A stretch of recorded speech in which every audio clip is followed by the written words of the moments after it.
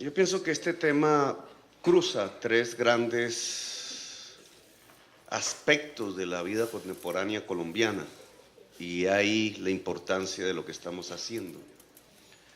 El primero, ni más ni menos que la democracia, vista desde la pluralidad y la autonomía regional. El segundo, el cambio climático, el principal problema hoy al lado de la pobreza de la humanidad. Y el tercero, la paz. Democracia, cambio climático o lucha contra el cambio climático y paz. Y ahí lo que uno podría llamar la nueva agenda del siglo XXI. De una institucionalidad un poco vieja, inercial, burocrática, clientelista, Cable Noticias, por favor, hacia una nueva institucionalidad, la propia del siglo XXI, que vincula los problemas centrales de la sociedad colombiana y de la sociedad mundial, porque no estamos aparte. Generalmente los colombianos teníamos una perspectiva parroquial, vivíamos entre montañas y los que vivíamos junto al mar mirábamos, eran las montañas y no el mar. Y perdíamos la perspectiva mundial y sus problemas, como si no llegasen a Colombia. Y llegan. Incluso llegan más fuerte que a otros lugares del mundo. Y a veces sin darnos cuenta. Pasan las discusiones del mundo imperceptibles cuando de pronto nos damos cuenta que somos víctimas de no haber participado en ellas. Pues este país, durante un siglo de vida republicana, hizo guerras por si era centralista o era descentralista. Se mataron un poco de gentes en las regiones de Colombia, en decenas de guerras civiles durante el siglo XIX por definir si este país era una centralidad o era descentralizado. Y vino un siglo de reacción después, con la Constitución del 86, centralista. Y acabó aspiraciones regionales, las volvió raquíticas, un poco similar a lo que pasó en España con Franco.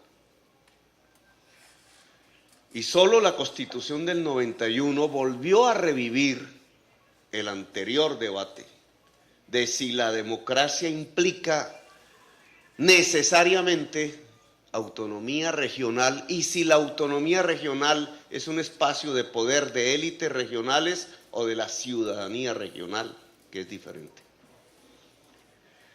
Pues han pasado 25 años de la Constitución, de hacer la Constitución del 91, y solo por primera vez la aplicamos en la creación de una región que puede ser entidad territorial.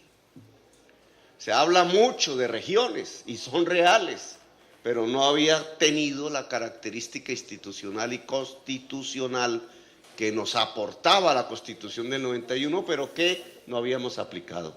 Aquí decidimos aplicarla. Y creamos la primera región constitucional de Colombia. Y creo yo, aunque es un balbuceo inicial, abre la perspectiva de la recreación de la democracia desde la perspectiva de la pluralidad y la autonomía regional. Ya vendrán otros debates si tenemos éxito. El debate de la pluralidad legislativa. Y una región no puede hacer ley. Y esa ley no la pueden hacer los ciudadanos a través de una representación regional. Debate que se abre a partir de ahora.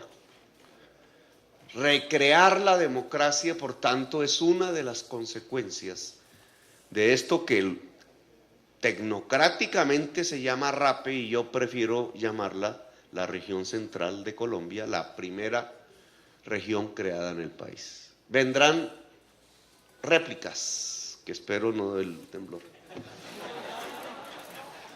Réplicas regionales, seguramente el Caribe se organizará en región, lo quiso hacer antes que nosotros, no sé por qué no pudo, hasta un plebiscito casi hicieron con 2 millones de votos y no apareció. Lo hará el sur seguramente, lo hará el oriente, etcétera, pero fuimos los primeros.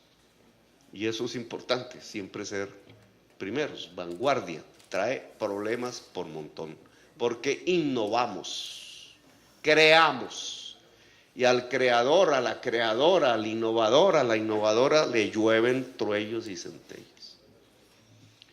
Pero un primer avance en una recreación democrática, yo le llamo la democracia multicolor.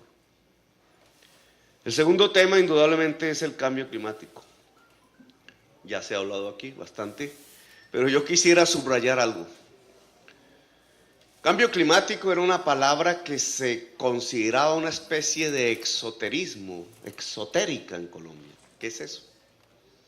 Pensábamos de pronto en desastres naturales, en algo del azar. Aquí la prensa, que siempre le cambia los nombres a las cosas reales, le llamaba el niño y la niña.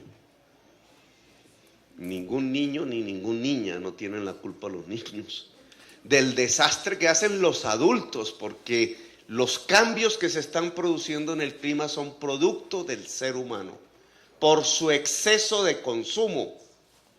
Y eso no se lo podemos decir a un campesino o a un indígena o a un habitante pobre de los barrios populares de nuestra ciudad. El exceso de consumo es la responsabilidad de sectores de la sociedad muy ricas que utilizan esa riqueza para consumir en exceso autos, ropas, cosas todas que consumen y emiten gases efecto invernadero que calientan el planeta y producen el cambio climático que termina matando incluso al mismo consumidor. Es el principal problema de la humanidad hoy, porque podemos desaparecer. Y traído ese descubrimiento de nuestros propios actos a la realidad política colombiana, nosotros decidimos entre 3 ejes fundamentales del Plan de Desarrollo de Bogotá Humana hacer de la lucha contra el cambio climático el segundo eje. Y con poco éxito, porque nos hundieron el Plan de Ordenamiento Territorial, que tenía como objetivo central ordenar el territorio de Bogotá para adaptarlo a las inclemencias del cambio del clima. El cambio del clima produce unas reacciones en la sociedad que va a cambiar la política y la institucionalidad misma. Puede provocar revoluciones, además de muertes. Revoluciones si logramos derrotar las muertes. Sequías, inundaciones, huracanes que en época de invierno entran a las ciudades más importantes del principal imperio del mundo hoy. Centenares de miles de muertos, millones. En Colombia también. Sequías e inundaciones que nos matan, no solamente animales, no solamente especies vegetales, sino seres humanos. Y cada vez más, cada vez es peor a menos que reaccionemos. Pues colocar en el centro de la región central el tema de combatir el cambio climático y adaptar la sociedad y el territorio a él es fundamental. Tiene quizás un nombre propio, agua. Agua como energía. Y entonces, ¿por qué el agua, si es energía, no mueve nuestro transporte? Transporte eléctrico, el agua moviendo el transporte, transporte multimodal, el agua como esencial para la vida. Si se acaban los páramos, ¿qué pasa? Millones de personas se tendrían que ir del territorio nuestro. Si el agua que nace en los páramos la ensuciamos y se la tiramos al río Magdalena, ¿qué pasa? Cuando el agua escasea, o al río Bogotá, nuestro río más cercano, ¿qué pasa? Podemos darnos el lujo de destruir el agua cuando el agua en las sequías puede volverse nula y por tanto desterrar al ser humano del territorio. Pues estos son los ejes que va a acometer la región. Con dinero, no con discurso simple. Con dinero hay que cederle poder del distrito, de las gobernaciones a la región. Y ojalá cuando madure la nación tiene que ceder poder a la región. Es decir, la región es un escenario de poder democrático nuevo. ¿Dinero para qué?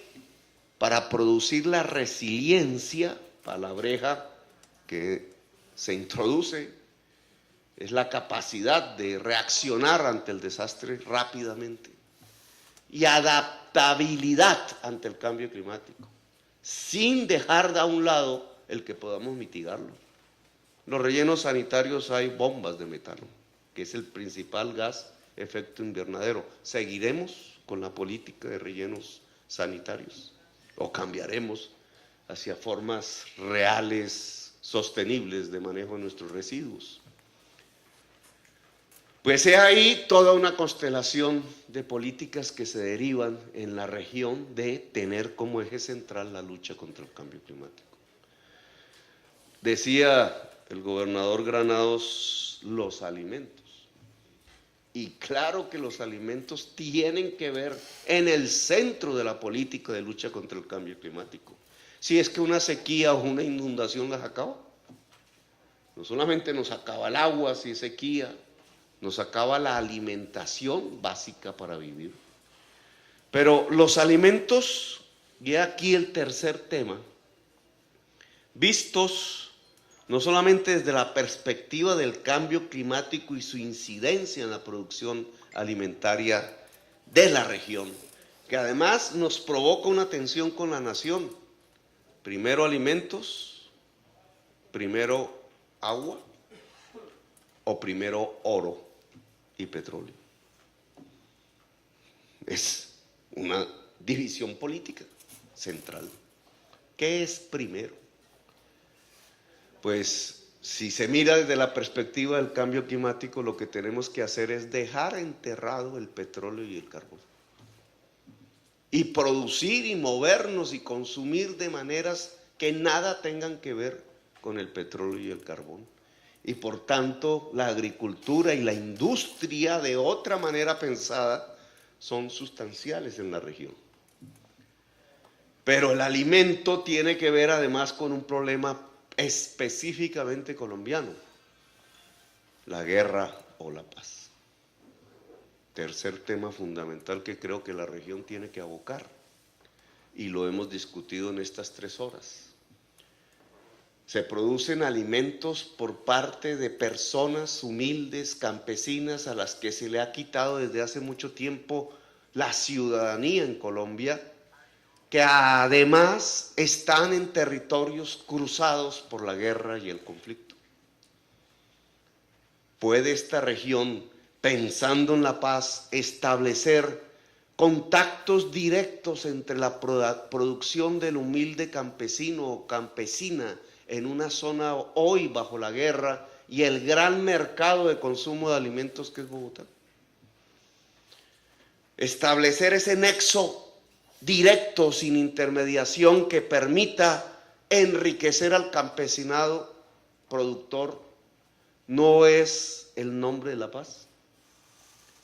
Por tanto, si la región aboca estos 3 temas, autonomía y democracia multicolor, lucha contra el cambio climático y por tanto agua antes que todo, y alimentos para enriquecer a un campesinado que hasta hoy sufre el rigor de la violencia aprovechando el gran mercado bogotano, la región creo que dejaría de pasar desapercibida y se convertiría en una gran innovación institucional propia de la Constitución del 91, pero sobre todo propia del siglo XXI.